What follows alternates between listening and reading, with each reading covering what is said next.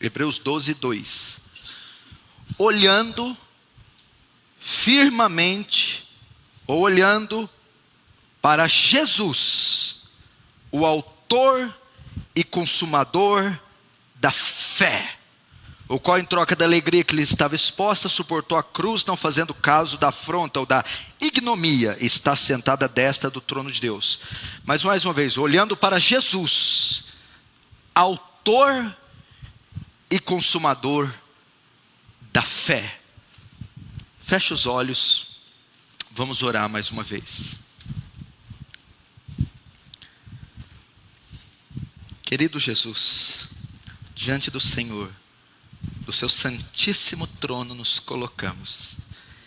E eu venho diante de Ti, como um sacerdote, para mediar, Deus, as necessidades do Teu povo. E como pastor, eu rogo por essa congregação, por esse culto essa noite, para que haja demonstração de graça e de poder, urgentes, necessárias.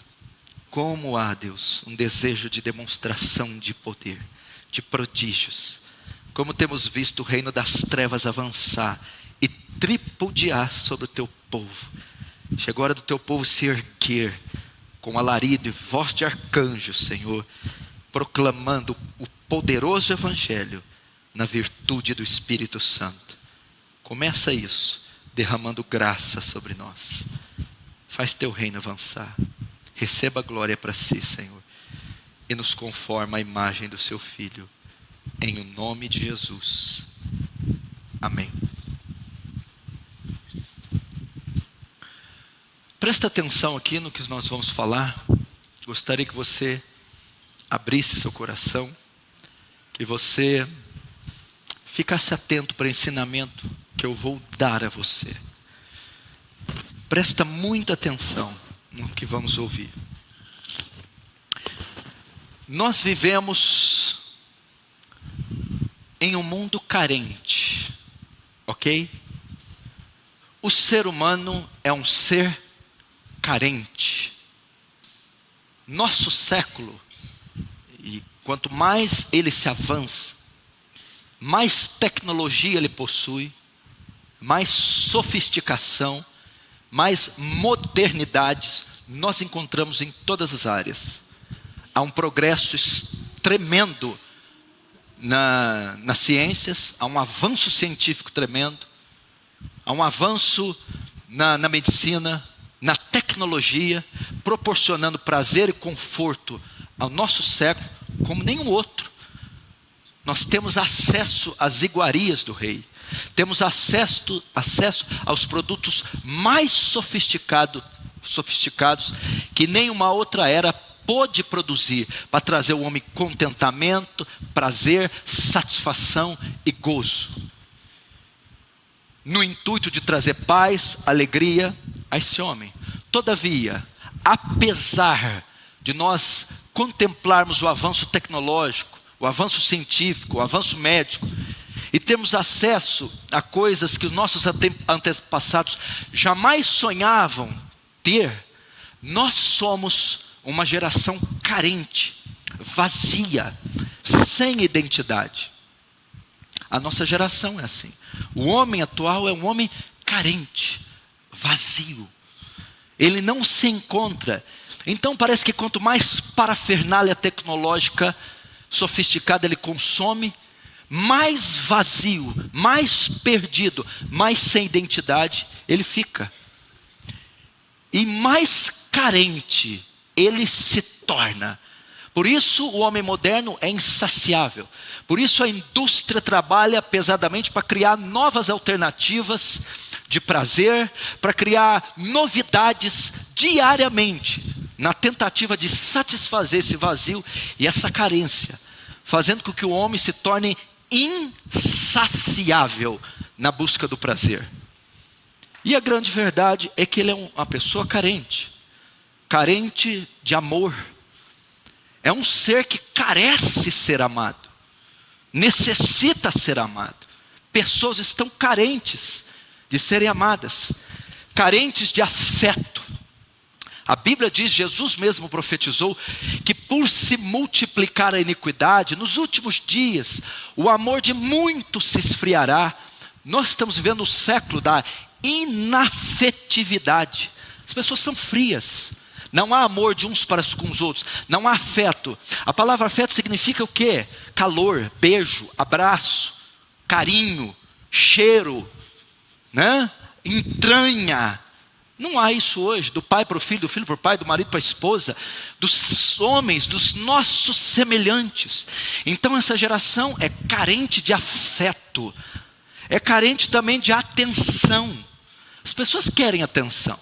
Qualquer indivíduo, por mais moribundo que seja, esteja na sarjeta, seja um bêbado, um indigente, um Zé Ninguém, vindo do lugar nenhum, é carente de atenção.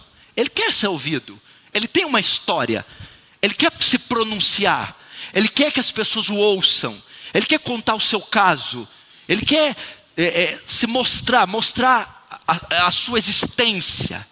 Então o ser humano é carente de atenção. Talvez você entrou aqui e é a perfeita descrição. Quer atenção, quer ser ouvido, quer contar sua história, quer demonstrar seus valores, seus talentos. Talvez você entrou e é necessitado de amor, quer ser amado, ou quer afeto, né? Talvez você vê os pastores abraçando, beijando uns aos outros discípulos, e como eu queria um abraço apertado, caloroso do pastor, como ele faz com alguns, sabe? Como eu queria a atenção que ele dá para alguns, como eu queria que ele ouvisse, eu acho que ele ia se interessar pela minha história. O mundo é assim, talvez você esteja. Vivemos num mundo também carente de compreensão. Ninguém me entende. Ninguém sabe analisar meu ponto de vista. Eu tenho minhas razões. Eu tenho minha maneira de pensar. Eu só gostaria de ser compreendido, entendido. Todo mundo pensa que eu vivo no mundo da lua, que eu sou um extraterrestre. Não, eu só tenho uma maneira diferente de pensar. E eu gostaria de ser compreendido. É um mundo carente de cuidado e provisão. Quem não tem necessidade? Quem não tem crise? Quem não está sendo hostilizado, perseguido, abandonado, com dívidas, com problemas? É um mundo que carece de cuidado e provisão. Todos têm uma certa crise, uma certa falta, uma certa dificuldade, e queriam ser cuidados, ser providos. E nós formamos uma sociedade carentes dessas coisas. E o que acontece? Entra em cena o advento da igreja. Presta atenção para você ver onde eu vou chegar. Do Evangelho, a igreja de Cristo, a comunidade dos santos, a assembleia do povo de Deus. Isso quer dizer igreja, eclésia, assembleia dos santos, reunião do povo. A igreja é edificada sobre a terra. A coluna e baluarte da verdade. Não está mais ali, apagado. A coluna e baluarte da verdade. Ela está aqui. A igreja, está escrito na carta de Pedro, que através da igreja a multiforme sabedoria de Deus é conhecida de principados e potestades. Como Deus é reconhecido na terra, quer pelo governo, quer pelo mundo das trevas, pela igreja. A coluna e firmeza da verdade. Qual que é o objetivo da igreja? Avançar o reino de Deus, pregar o evangelho, salvar pecadores. A igreja entra nesse processo de carência. E o que acontece? Muitas pessoas vêm à igreja, são atraídas à igreja, atraídas ao templo, atraídas ao culto. Muitas pessoas vêm a Cristo, muitas pessoas se batizam, muitas pessoas vêm aos cultos, muitas pessoas fazem uma aliança com a igreja, mas elas são atraídas pelo motivo errado. Elas vêm por conta da sua carência. Essa carência, nas áreas que eu descrevi, é o que atrai as pessoas. Realmente a igreja é uma clínica da alma.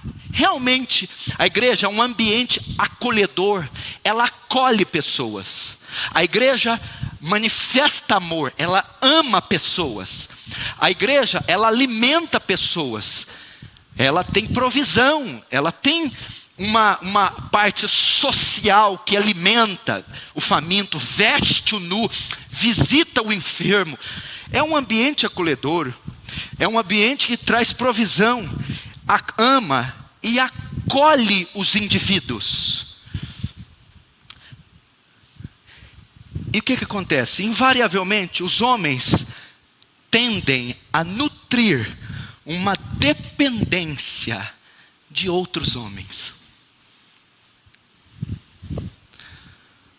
Os homens tendem a nutrir uma dependência de outros homens e não de Deus. A carência mundial, o vazio que está em todas as sociedades mundiais, que é intrínseca, inerente, oriunda, peculiar do homem caído, é o que o atrai para a igreja. Então veja só, esses homens quando vêm, fazem uma aliança inicial com outros homens. Na verdade, quando eles vêm à igreja, eles não estão carentes de Deus ou do Evangelho. Eles não foram atraídos por causa da pessoa e obra de Deus, ou por causa da proclamação do Evangelho. Na verdade, esses homens não entenderam a sua depravação, que é oriunda do pecado. Eles não vieram por causa da sua necessidade de salvação. Eles não entenderam o perigo que eles se encontram. Eles não entenderam, eles não conhecem a sua própria depravação e pecaminosidade. Eles não foram atraídos pelo câncer que possuem, pela necessidade de um Salvador. Eles não entenderam ainda a sua depravação e a sua necessidade de graça, redenção e da expiação, e a sua necessidade de um Salvador, a saber, o Filho de Deus. Por isso, quando elas vêm, elas se apegam às pessoas. Elas se tornam dependentes de pessoas. Elas fazem uma aliança com pessoas e não com Cristo. É um fenômeno que sempre aconteceu na história da igreja. É um fenômeno que tem acontecido na igreja. Muitas pessoas estão na igreja por causa de outras pessoas e não por causa de Cristo. Muitas pessoas estão na igreja por causa da aliança que fizeram com outras pessoas e não com Cristo. Muitas pessoas estão na igreja porque são carentes do amor, do afeto, da atenção, da compreensão, do cuidado, da provisão de outras pessoas, ao invés de estarem na igreja dependendo única e exclusivamente de Deus e do Senhor Jesus Cristo. É um fenômeno. Por que tantas pessoas saem da igreja? Porque elas se apegam ao pastor, ao obreiro, ao diácono, ou à irmã de oração, ou o discipulador, ou aquele que conduziu. Invariavelmente essa pessoa vai falhar com ela. E quando essa pessoa falha com ela, ela deixa a igreja, se desvia, se perde. Porque a sua aliança superficialzinha foi feita com homens. A motivação dela vir aos cultos são homens. A motivação dela orar são os homens. Homem e mulher, quando eu digo homens. A motivação dela crer são os homens. O termômetro da fé delas são homens, pessoas, e não Cristo. E você tem uma enorme possibilidade de estar encaixado nesses números. Você tem uma dependência de pessoas. Se determinada pessoa não te cumprimentar, mexe na sua fé. Se determinada pessoa não visitar você, acaba com a tua fé. Se você não ter atenção adequada de determinada pessoa, destrói a fé. Que miséria de aliança é essa? Que miséria de fé é essa? Que cristianismo é esse que depende de homens e não de Deus? Isso é uma doença, é uma anomalia. É uma idolatria. Eu não venho, meu irmão, eu congreguei numa igreja há 7 anos, escuta aqui, 7 anos. Em 7 anos, nem um pastor, nem um obreiro, ninguém nunca visitou minha casa. Em 7 anos. Em 7 anos eu nunca recebi uma cesta básica, não recebi R$1 para pôr gasolina, uma Bíblia, um folheto, nenhum patrocínio da igreja. E era o maior evangelista da igreja. Nunca recebi. Nunca recebi nada. Nunca tive elogios. Nunca tive nada. Nada. Tinha 5 cultos na sede e 2 no núcleo do Portinari. Sabe quantos eu ia? 7. Eu ia 5 no centro, 2 no Portinari. Eu frequentava 7 vezes por semana. Não tinha nenhuma preocupação com ninguém. Eu não queria saber que louvor que ia cantar, que pastor que ia pregar, quem iria pegar na minha mão, não. Eu sabia que naquele lugar a sabedoria de Deus estava sendo anunciada. Eu sabia que naquele lugar Deus se fazia presente pelo Espírito Santo. Eu sabia que a água da vida ia jorrar e eu poderia beber. Eu sabia que o pão do céu desceria e eu fartaria minha alma. E isso era suficiente para o vento com os homens. 7 anos, sem nenhuma assessoria, sem nada. Por quê? Porque eu estava olhando para o autor e consumador da fé. Em momento nenhum eu criei qualquer dependência sobre homens. E você precisa aprender isso. Elas se tornam dependentes, fazem alianças com pessoas. Deixa eu perguntar para você: qual a sua motivação de vir a essa igreja? Qual a sua motivação de ler a palavra? Qual a sua motivação de orar? O que mantém você de pé? Quantos apertos de mão você recebe? Quantas visitas pastorais você recebe? A atenção que você recebe de determinada pessoa? Ou o que Cristo fez por você na cruz? Ou a obra que ele diz, tetelestai, está consumado. Não é suficiente a morte e a ressurreição dele? Você precisa de uma muleta, de um aparato?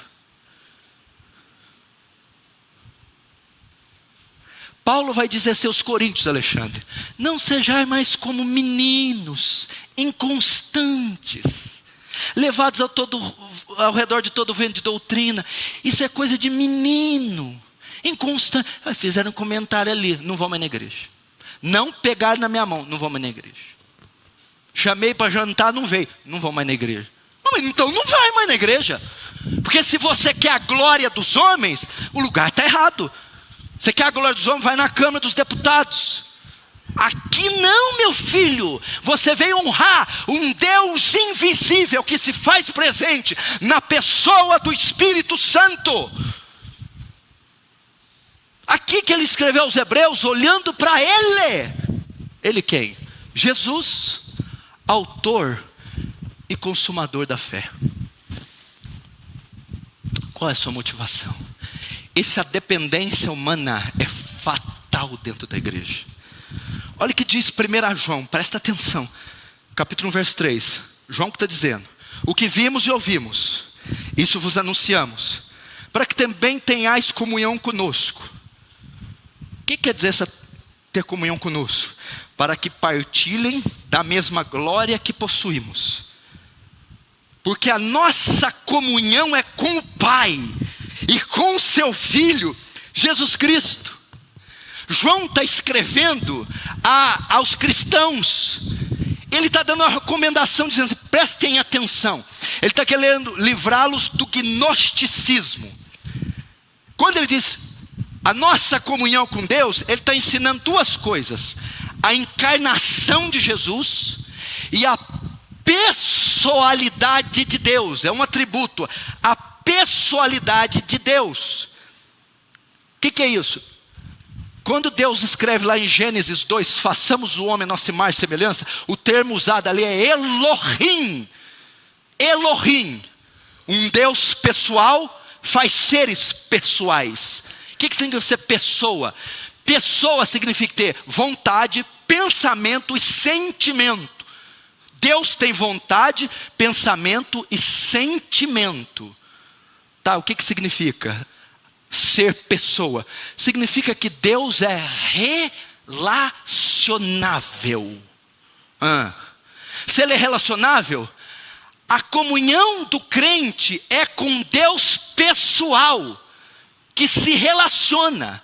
A dependência de um crente é de Deus e não dos homens. João está dizendo, a nossa comunhão é com Deus. A nossa comunhão é com seu Filho. Ou seja, a nossa dependência é de Deus. A nossa carência é por Deus. É o que ele está ensinando. Quando ele diz João 1,5, Deus é luz e nele não há treva alguma. O que significa Deus ser luz? Significa que Deus não está obscuro, Deus não está oculto. Deus ser luz significa Deus se revelou. Deus existe, é uma pessoa, está presente. Logo você tem que depender dele, tem que fazer uma aliança com ele, tem que ter comunhão com ele. É isso que o texto está dizendo. O texto fala da pessoalidade de Deus, da nossa união com Cristo, fala de participar da sua natureza, através de um relacionamento. Ele está ensinando para aqueles cristãos, porque o gnosticismo ensinava que a matéria é má. Então um Deus Espírito que é santo não poderia se comunicar com homens de carne, de matéria má.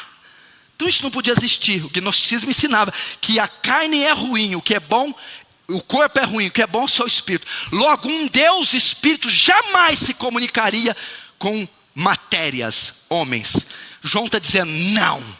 O Deus Espírito, que é uma pessoa, tem comunhão com vocês. Vocês podem ter acesso a Ele, podem adorá-lo, podem ser a habitação dEle, podem se unir com o Filho dEle, e por isso a sua comunhão é com Ele.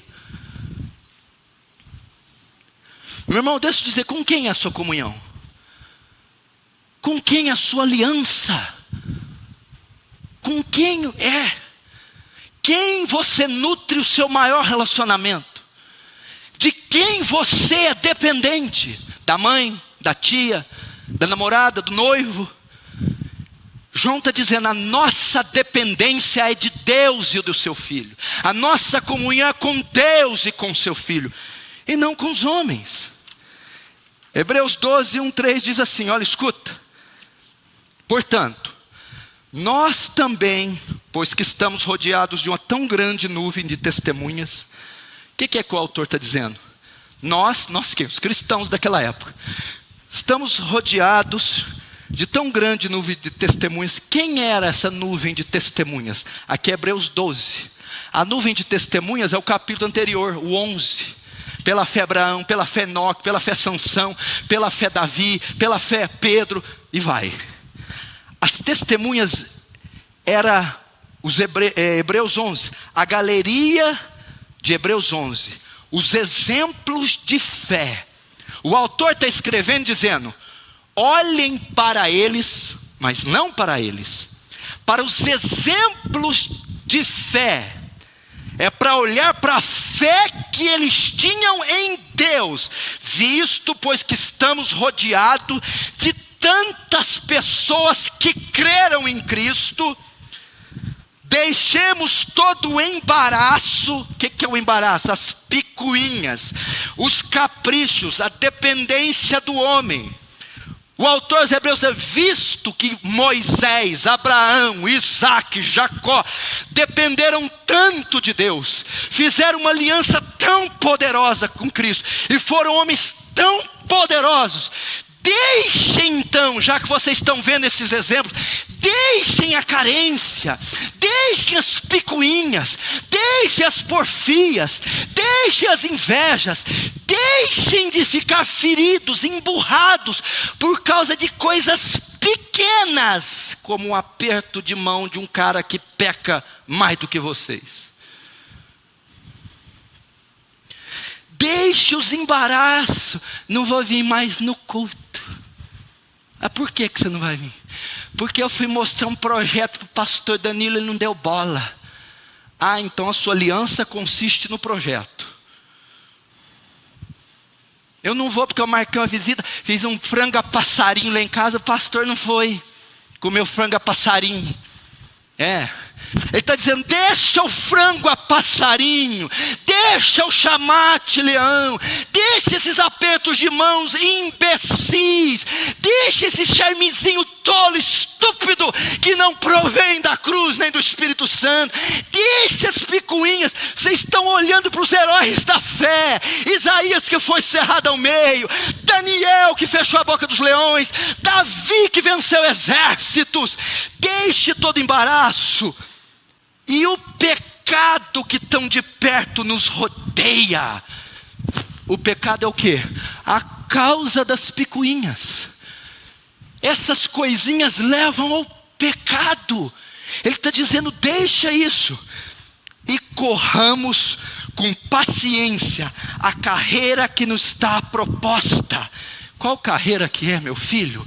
Ele está falando: depois que você se converte, vem para Jesus, inicia-se uma carreira, uma corrida, uma maratona. Ele está dizendo: pare de olhar para os homens, pare de depender da matéria, pare de depender da glória humana, desembaraça-se disso e corra, avance o reino de Deus, pregue o evangelho, vai ler as escrituras, se santifica, paga as dívidas, vira um homem, uma mulher de Deus. Aí ele vai dizer: como eu consigo correr essa carreira com eficácia? Olhando para Ele, o autor e consumador da fé. Ele está dizendo: deixa de perder tempo com o judaísmo, com a circuncisão, com a lei de Moisés, com os apetrechos, com as pessoas. Corre a carreira. Como? Olhando para Ele. Não é olhando para o pastor Paulo, não é olhando para o apóstolo Paulo, não é olhando para os grandes pregadores, para os puritanos, para os Spurgeon. É olhando para Ele, é olhando para Jesus, é tendo comunhão com Jesus. O autor da ideia que olhar para Ele devia ser o quê? Eles deveriam fixar os olhos em Jesus como objeto da salvação.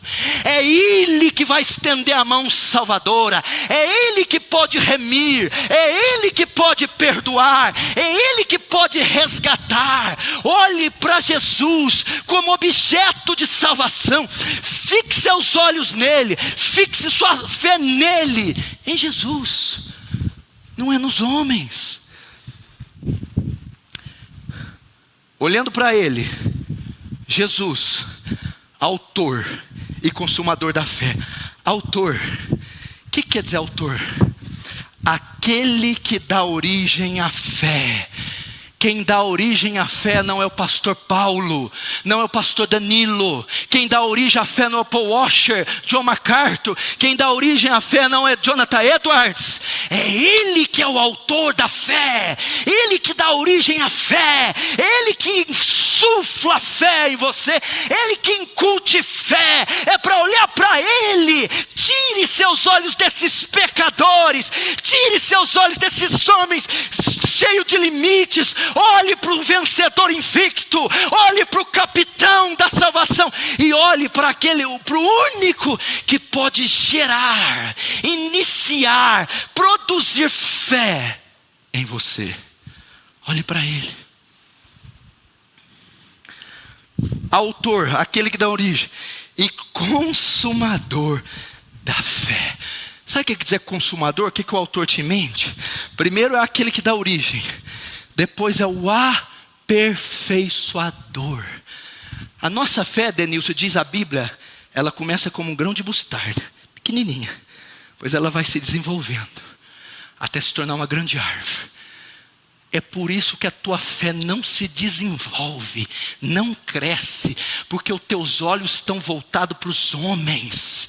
Você tem que olhar para aquele que aperfeiçoa a fé, aquele que dilata a fé, aquele que engrandece a fé, aquele que aperfeiçoa. A primeira vez que você creu, aquela fezinha miúda, inocente, ingênua, e agora ele vai aperfeiçoar. Quando os meus olhos estão em Cristo, quando eu sou dependente de Cristo, quando eu tenho uma carência de Cristo, ele dilata a minha fé, ele aperfeiçoa, eleva, amadurece a minha fé. Para quê? Para que eu possa correr a carreira, para que eu possa lutar contra os gigantes, vencer as lutas, as crises. Eu tenho que olhar para Jesus e não para os homens. O qual, pelo gozo que estava proposto, suportou a cruz, desprezando a afronta, assentando-se à destra do trono de Deus. Olha só, considerai, pois, aquele que suportou tais condições. Agora o comentário. Ele é nosso exemplo para não desfalecermos. Considerai aquele que suportou, aquele que venceu, aquele que derrotou o pecado, derrotou a morte, despojou principados e potestades. Ele é o modelo de perseverança, ele é o modelo de obediência, ele é o modelo de fé. Olhai, considerai aquele que suportou tais afrontas. Quem suportou? Não foi eu, não foi os apóstolos, não foi a sua tia, não foi a amiga da igreja, foi Cristo que suportou tais contradições dos pecadores contra si mesmo, para que não enfraqueçais, desfalecendo em vossos ânimos. Como é que é? Aqui está a causa de crente fraco. Para que não enfraqueçais. Opa, como eu não me enfraqueço? Quando eu olho para o autor e consumador da fé. Como eu me enfraqueço? Quando eu tiro os olhos dele para orar pelos homens. Quantos estão entendendo? Diz amém. Vocês estão preocupados demais no que os outros pensam, preocupados demais com a opinião alheia, se apegando a homens demais, por isso estão fracassando. Uma igreja santa aponta para um Deus santo. Uma igreja santa só tem olhos para o seu Criador, para o seu Redentor. Ela não quer saber de apóstolo, de herói da fé, de pastor prodigioso. Ela quer ver o Cristo ressurreto.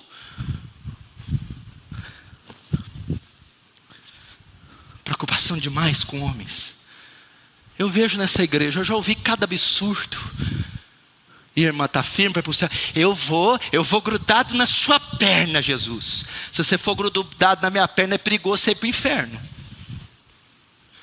Eu vou grudar na sua perna, pastor. Você vai ver, quando Jesus te arrebatar, eu vou grudar na sua perna. Irmã, gruda na perna de Jesus, minha irmã. É só Ele que pode salvar. Não há nenhum outro nome abaixo do céu a qual importa que sejamos salvos, a saber, Cristo Jesus. Gruda no pé de Cristo, se agarra em Cristo. A mulher do fluxo de sangue, ela tocou na orla, não foi de Pedro, não foi de André, Tiago, foi na orla do manto de Jesus. Pastor Paulo não tem nada para te oferecer, a não ser pecado. Nada. Tira essa burrice da sua cabeça. Você não compreende nada. É Ele. Aí eu lembrava do Senhor, pastor Paulo, e eu pedia, pastor Paulo está orando por mim. Romanos 8 diz: o qual está à direita de Deus Pai e intercede por nós. Quem está do lado direito do trono de Deus é Jesus. É Ele quem intercede por você. É Ele que você deve clamar. É nas orações dEle que você deve confiar, e não nas minhas ou de qualquer outro homem. Pare com isso. Que bobagem é essa? Eu vou sair dessa igreja porque o Senhor não me trata como eu queria. Ok, Deus trata você como você queria? Trata, então fique quieto.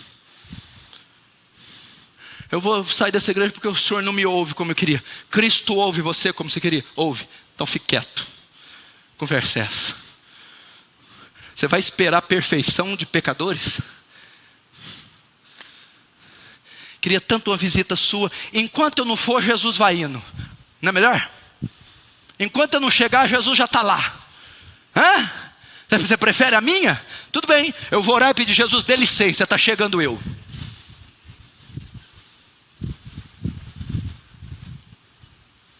Ah, mas é porque quando o Senhor vai, quando eu vou o quê? A geladeira esvazia. Aí é verdade. Aí tudo bem. Principalmente quando eu levo os obreiros. Está entendendo? Para com esse negócio. Salmo 34, 5. Olha aqui. Olharam para ele. Para ele quem? Quem que é esse ele aqui?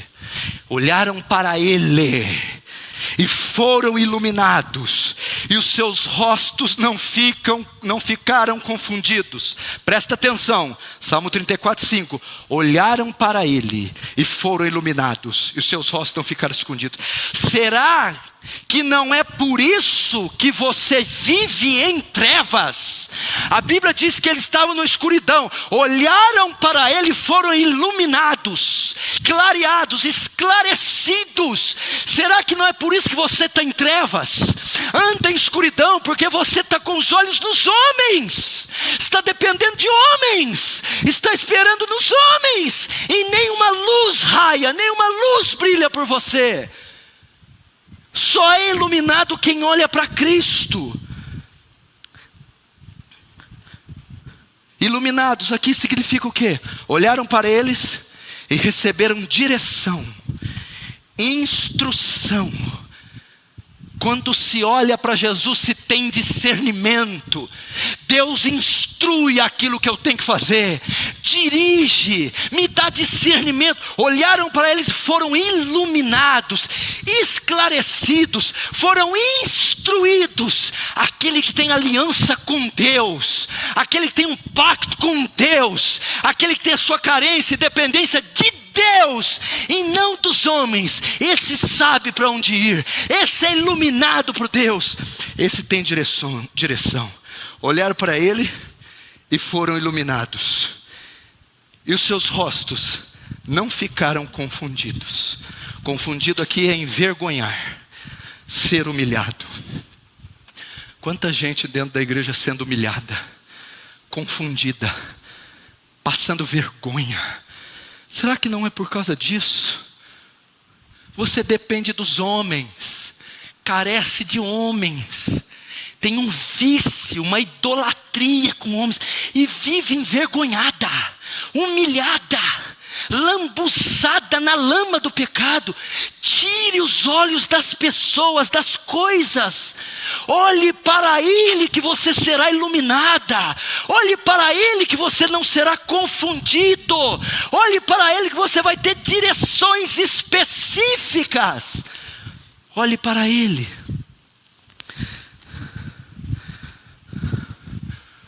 Olhe para Ele.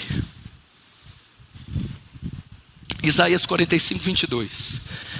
Olhai para mim e sereis salvos, vós e todos os termos da terra, porque eu sou o Senhor Deus, e não há outro. Se você souber o que esse versículo diz. Ele está tratando no capítulo 45 sobre idolatria. Ele está começando a erigir ídolos. Bezerros, bois, touros. Estavam esperando resposta deles. Vitória, salvação. E Deus está dizendo: se vocês quiserem, destruam os ídolos. Não olhem para nenhum outro Deus, nenhuma outra divindade. Olhai para mim. Ali quem está falando é Yahweh, Yahvé. O eu sou, o nome santo que ele deu a Moisés no Sinai. Ele diz: olhem para mim. Ao invés de olhar para quê? Deus estava advertindo Israel da idolatria. Deus está dizendo: pare de olhar para os ídolos que você fez. Tem mulheres aqui que fazem do marido um ídolo. Dependem do marido para tudo. O seu termômetro é o marido. É um ídolo. Pare de olhar para o marido e olhe para Deus. Confie sua segurança em Deus. Confie sua proteção em Deus. Seu suprimento, sua felicidade, o seu gozo, sua completude, mulher, em Deus. Tire esse ídolo do seu coração. Alguns que o ídolo é a esposa. Outros o ídolo é o marido. Outros o ídolo é os filhos. Os pais. Os pastores. Ele diz assim: olhai para mim e sereis salvos. É só olhando para mim. É só dependendo de mim. Quando diz olhar para mim, está dizendo: olhai para a minha palavra, olhai para o meu filho, olhai para o seu sacrifício na cruz, olhai para as minhas promessas, olhai para os meus atributos. Então tereis vitória, então sereis salvos. Olhe para Jesus. Pare de olhar para os ídolos. O texto vai descrever algo tremendo. Olha o que diz Urso. Não sabem nada os que carregam seus deuses em procissão. Clamam um Deus inútil que nada pode fazer. Não sabem nada. Está carregando o Deus deles aqui. Deus está dizendo: não sabem nada quem carrega as imagens na procissão.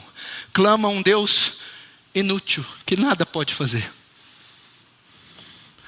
O problema é que tem esposas fazendo do seu marido esse Deus. Tem pessoas fazendo a sua esposa esse Deus. Tem pessoas fazendo da igreja. Aqui não está falando olhar para a igreja. Nem a igreja. Olhar para o louvor, nem para o louvor. Olhar para o pastor Paulo Júnior, nem para ele. Nem para ninguém. Olhar para quem? Para mim. Para mim. Tire essa dependência de pessoas. Tire esse vício. Desintoxe desse vício. Dessa dependência afetiva, amorosa, melosa, carenciosa. Tire isso, é idolatria. Volte suas emoções, seu intelecto. Volte o seu prazer, seus olhos, sua força somente para Ele, Cristo Jesus. Tire esses ídolos. Mical. Quem conhece Mical? Eu vou pegar as Micais agora. Tem muitas Micais aqui, muitos Micais. Quem era Mical? A esposa do rei Davi. A arca na época de Saul foi levada pelos filisteus. Que arca? Era um caixote quadrado. Tinha 1 metro por 1 praticamente, 1 metro quadrado. Feito de madeira de acácia, revestida de ouro fino por dentro e por fora. A tampa da arca chamava propiciatório. Tinha 2 querubins feitos de ouro batido, uns olhando um para frente do outro. Dentro da arca estava a vara de Arão que floresceu, as tábuas do concerto, só isso que estava, as 2 tábuas de Moisés, os 10 mandamentos, e o maná escondido. Tinha 4 argolas na arca, 2 de um lado e 2 de outro. 2 hastes de ouro. E só os levitas podiam levar ela no ombro. O que representava essa arca de ouro? Ela é símbolo da Shekinah de Deus, da presença de Deus. Onde estava a arca significava que a glória de Deus, a presença de Deus, a majestade de Deus estava lá. Saul pecou, foi um rei profano, horroroso. A arca foi tomada significando que a presença de Deus saiu de Israel. Saul morre, entra um rei espetacular, Davi. A primeira coisa que Davi tenta: eu vou trazer a arca de volta, símbolo da glória e da presença. Então ele sai para buscar a arca e volta. Quando a arca chega em Jerusalém, ele começa a saltar, pular e tira o manto real e fica como um escravo.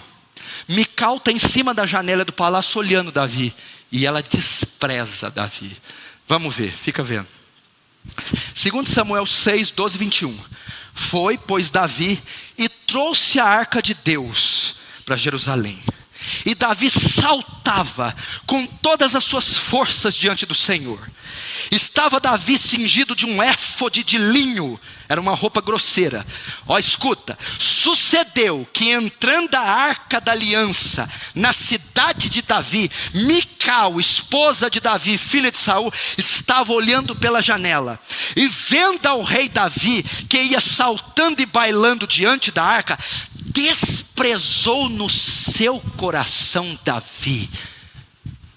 Por que Mical desprezou Davi? Presta atenção. Meu irmão, fazia anos que a arca não estava em Jerusalém. A arca está entrando, é a glória, a presença de Deus. Mical não estava preocupada com a presença de Deus. Ela estava preocupada com o seu marido. Ela estava preocupada com o que Davi pensava, com o que Davi achava, qual a opinião que Davi tinha sobre ela. Em momento algum, Mical se entusiasmou pela entrada da arca. Em momento algum, Mical percebeu a presença da arca. São as pessoas que têm os olhos voltados para o homem. O que me importa, na verdade, sabe o que aconteceu? Mical sentiu ciúme de Davi da arca. Mical dizia: ele não pode ser mais de Deus do que de mim. Ele não pode gostar tanto dessa arca mais do que de mim. São as pessoas que não têm olhos para Deus. Estava acontecendo um fato inédito. A glória de Deus estava entrando. A arca foi trazida. A presença de Deus chegou. Mical não estava nem aí. Eu quero saber de Davi. Eu dependo de Davi. O que me importa é Davi. O que Davi acha? O que Davi pensa? Eu quero a atenção de Davi. Eu quero o amor de Davi. Eu quero a presença de Davi. Ela ignorou a entrada da arca. Tem pessoas assim. Não tem a menor importância o que Deus acha, o que Deus pensa, o que Deus faz. Não tem temor a Deus. É tudo centrado no homem. Mical era dependente de Davi e não da arca. Mical adorava Davi e não a arca. Mical amava mais Davi do que a arca.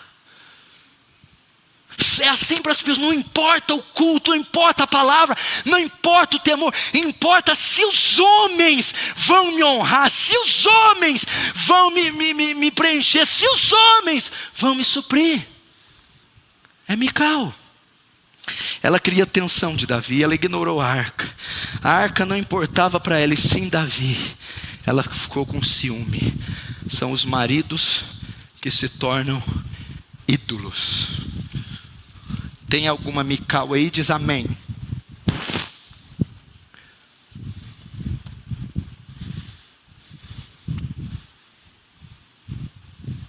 Mical, a arca. Não, Davi. Mical, a arca. Deus apresenta. Davi. Só me importa Davi. Será que você não vem nessa igreja só por causa de Davi? Sabe o que te prende aqui não é Davi? Será que você está triste porque você não tem atenção de Davi? Será que você não quer sair da igreja porque Davi não te dá bola? Uma vez que a arca entrou, a glória está aqui, Deus te ouve, Deus te vê, isso é que importa. O que Pedro disse para o Sinédrio? Importa agradar a Deus e não aos homens. fariseus. Tem algum aí, fariseu? Essa classe está em alta, hein? O mercado explodiu de fariseu. Os fariseus, essa é a manifestação mais clara, ela não precisa de interpretação. Eu vou ler, todo mundo vai entender. Mateus 24, 23, 4 e 7, escute só.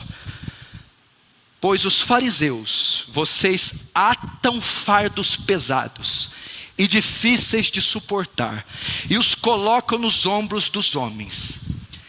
Eles, porém, nem com seu dedo querem movê-los, pois trazem largos filactérios e alargam as franjas das suas vestes. Amam os primeiros lugares nas ceias e as primeiras cadeiras na igreja. Amam as saudações nas praças e os serem chamados pelos homens de rabi. E fazem todas as obras a fim de serem vistos pelos homens. Isso consiste em ser fariseu. Fazer tudo a fim de receber aplauso dos homens, elogio dos homens, atenção dos homens, louvor dos homens. Os fariseus não se importavam com Deus, não se importavam com a presença de Deus. Os fariseus não tinham temor a Deus. Pastor não está vendo? Estou nem aí. Meu pai não está vendo? Estou nem aí. Não estou perto da igreja? Estou nem aí. Os fariseus faziam tudo, olha que coisa linda. Oravam em voz alta nas praças, liam a Torá 3, 4, 5 vezes por dia, tinham franjas longas que foi ordenado na lei de Moisés, filactérios que era colocado na testa, pequenas caixinhas com tiras de versículos em pele de cabrito.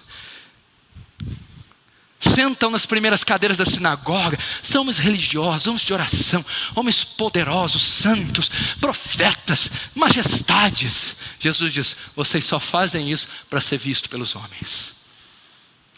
Vocês só querem a glória dos homens. Vocês querem ver se tem alguém vendo para elogiar vocês. Esse é o termômetro de vocês. Se ninguém elogiou vocês, se ninguém viu, vocês vão para casa tristes. Mas eles não se importavam em ofender a Deus ou não, em dar louvor a Deus ou não, em honrar a Deus ou não. Eles queriam receber o louvor dos homens.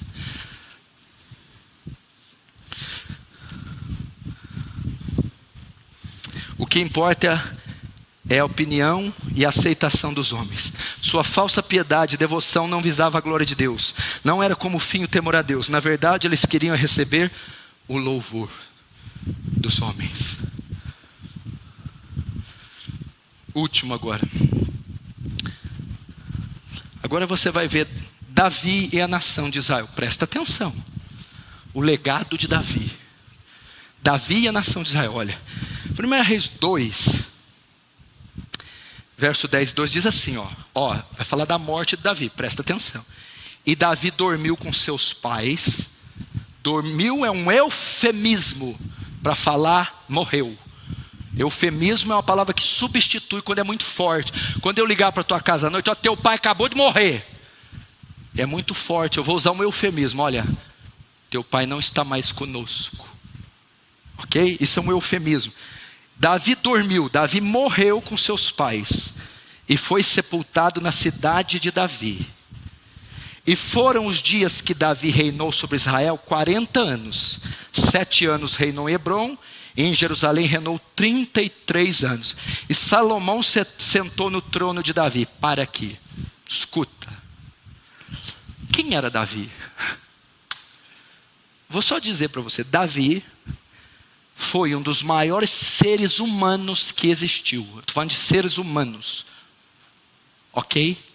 Davi foi um dos maiores homens que pisou na terra.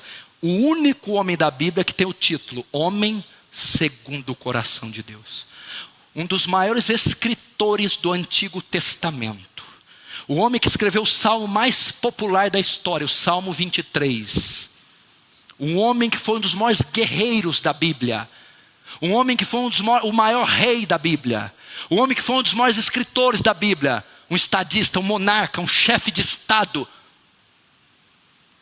tinha tudo para ser idolatrado, não é? Tudo para Israel colocar os olhos nele. Agora Davi morreu, acabou, Israel despencou, vai tudo dividir. Ele tinha tudo para ser idolatrado, tudo para Israel estar com os olhos nele. Eu sou dependente de Davi, Davi julga minha causa, Davi ora por mim, Davi. Mas Davi morreu. Vamos ver o que aconteceu com Israel. Escute. Davi dormiu com seus pais e foi sepultado na cidade de Davi. E foram os dias que Davi reinou sobre Israel, 40 anos. 7 em Hebrom e 33 em Jerusalém. E Salomão se assentou no trono de Davi seu pai, e o seu reino se fortificou sobremaneira. Não houve nenhuma reação por parte de Israel com a morte de Davi. O reino não foi abalado, o reino não sofreu nada. Davi morreu, Salomão entrou no poder e o reino fortificou, progrediu. Ou seja, não tinha nem o israelita com os olhos fixos em Davi, nem o israelita dependente de Davi, e sim do Deus majestoso de Davi. Um homem notável, tinha tudo. Agora,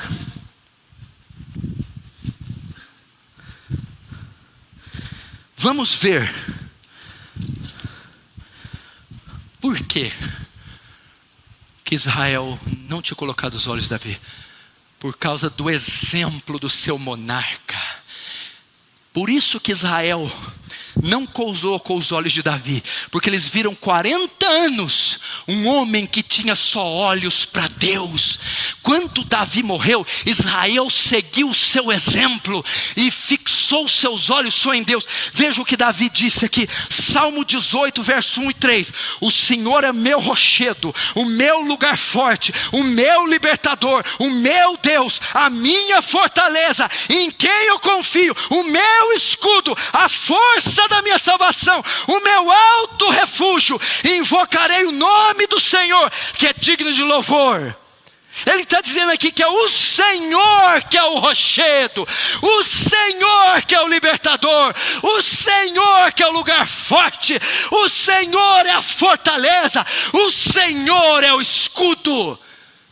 Davi tinha olhos só para Deus. Meu irmão, saia desse vício, saia dessa dependência horrorosa, saia dessa idolatria, olhe para o Senhor. Olha Davi era dependente de quem? Lê os Salmos. Davi se refugiava em Cristo, no Senhor. Davi não tinha amigos, não ficava com ninguém, era só em Cristo. Olha só, Ele é a força da minha salvação, Ele é meu alto refúgio. Invocarei, não o pastor, a irmã, o primo, invocarei o nome do Senhor. Salmo 23, 1 e 2. O Senhor é meu pastor e nada me faltará. Não é o Paulo Júnior, é o Senhor que é meu pastor, é o Senhor que é meu guia, o Senhor é meu guarda, por isso nada me faltará. Salmo 27, 1. O Senhor é a minha luz e a minha salvação, a quem temerei? O Senhor é a força da minha vida, de quem me recearei?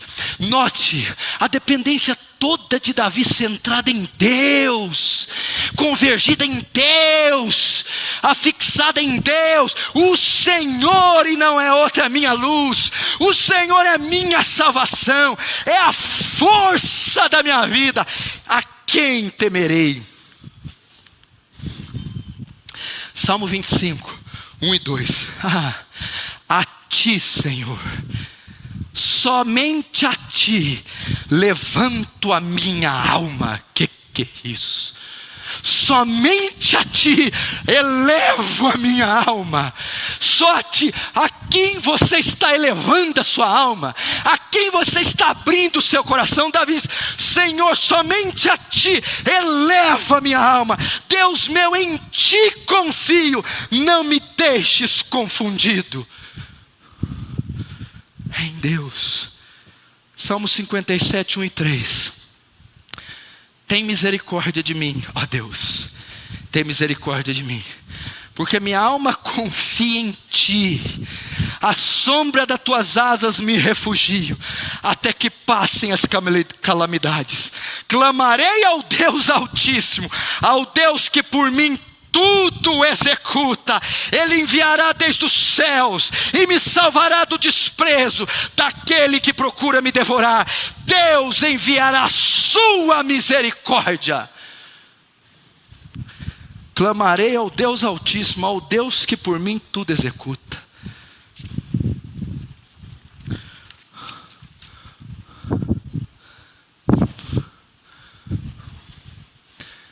Olhe para Deus. Olhe para o Senhor.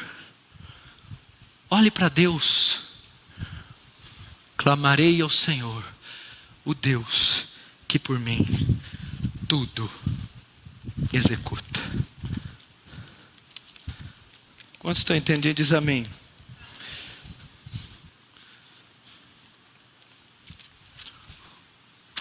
Tinha outra palavra para pregar aqui, mas não vai dar tempo não.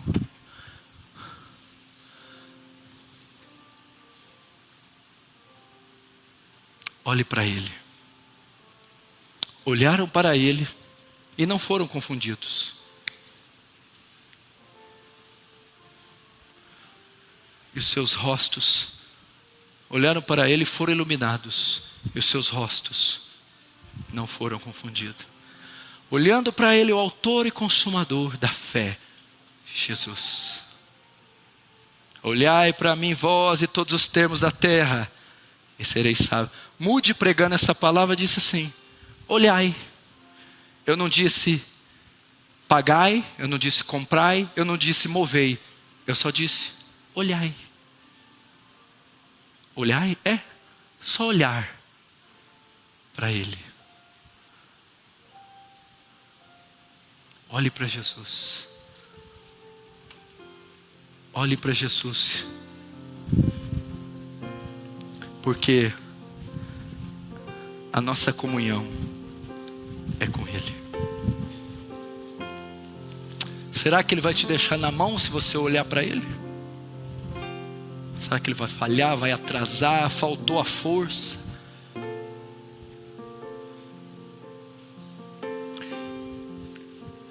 Quando o escritor de Hebreus e o autor não se dá certo, os puritanos dizem que foi o apóstolo Paulo, mas não me parece ser Paulo que escreveu Hebreus.